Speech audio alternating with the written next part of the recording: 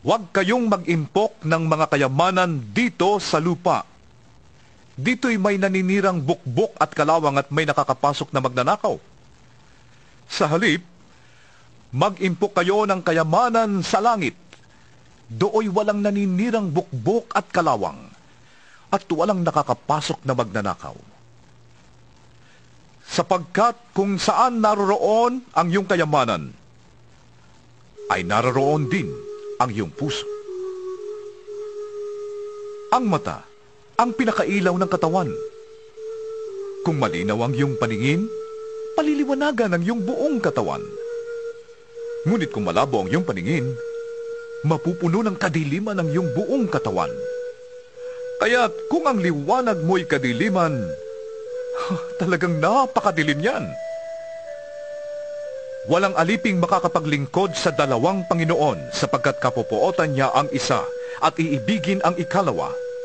Paglilingkuran ng tapat ang isa at hahamakin ang ikalawa. Hindi kayo maaring maglingkod sa Diyos at sa kayamanan. Kaya't sinasabi ko sa inyo, huwag kayong mabalisa tungkol sa inyong kakainin, iinumin o isusuot. Hindi ba't ang buhay ay higit na mahalaga kaysa pagkain at ang katawan kaysa damit? Masdan ninyo ang mga ibon. Hindi sila nagtatanim ni umaani o kaya'y nagtitipon sa kamalig. Ngunit pinapakain sila ng inyong amang nasa langit. Hindi ba't higit kayong mahalaga kaysa mga ibon? Sino sa inyo ang makapagpapahaba ng kanyang buhay kahit kaunti man lamang sa pamamagitan ng kanyang pagkabalisa? At bakit kayo nababalisa tungkol sa pananamit?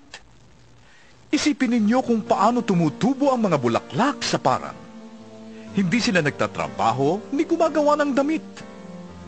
Ngunit sinasabi ko sa inyo, kahit si Solomon na napakayaman ay hindi nakapagdamit ng singganda ng isa sa mga bulaklak na ito.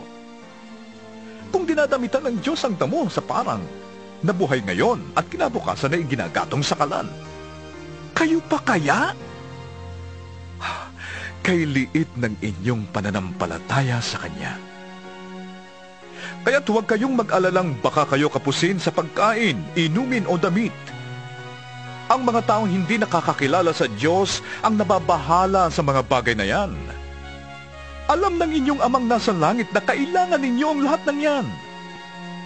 Salip, ang pagsikapan ninyo ng higit sa lahat ay ang pagharian kayo ng Diyos at mamuhay ng ayon sa Kanyang kalooban.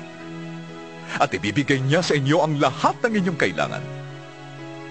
Kaya nga, huwag ninyong ikabahala ang para sa araw ng bukas. Saka na ninyo ito harapin kapag dumating na. Sapat na ang inyong mga suliranin sa bawat araw.